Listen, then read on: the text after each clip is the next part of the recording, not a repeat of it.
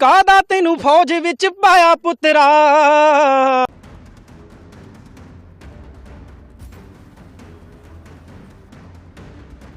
रक्षा मंत्री राजनाथ सिंह ने बुधवार 30 अक्टूबर को असम के तेजपुर में 4 कोर मुख्यालय में सैनिकों के साथ दीपावली का जश्न मनाया।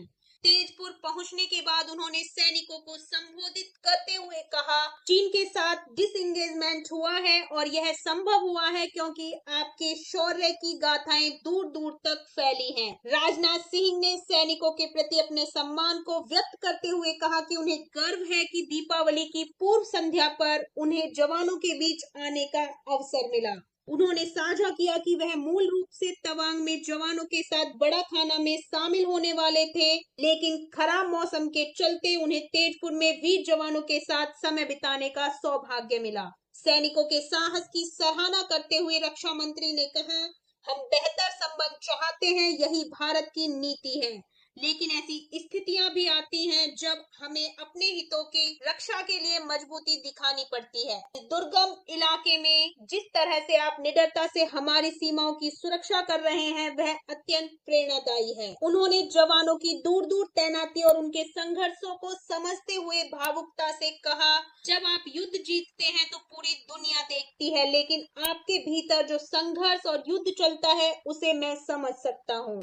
कुछ और कहने से पहले मैं आप सभी से बॉर्डर पर हुए हाल की कुछ डेवलपमेंट्स के बारे में भी बात करना चाहूंगा। साथियों, जैसा कि आपको मालूम है कि यलेशी पर कुछ क्षेत्रों में कॉन्फ्लिक्ट्स को रिजॉल्व करने के लिए भारत और चीन के बीच डिप्लोमेटिक और मिलिट्री दोनों ही लेवल्स पर बातचीत हो रही थी। अभी हाल की बातचीत के बाद ग्राउंड सिचुएशन को रेस्टोर करने के लिए आपस में ब्रॉड कंसेंसस हुई है। यह कंसेंसस इक्वल और म्यूचुअल सिक्योरिटी के बेसिस पर डेवलप हुई है। जो सहमति बनी है उसके अंतर्गत ट्रेडिशनल एरियाज में पेट्रोलिंग और ग्रेजिंग के अधिकार भी शामिल हैं। इस सहमति के आधार पर डिसएंगेजमेंट का प्रोसेस लगभग यह पूरा हो गया है और हमारा प्रयास होगा कि बात डिसएंगेजमेंट से भी आगे बढ़े, लेकिन उसके लिए हमें अभी प्रतीक्षा करनी होगी।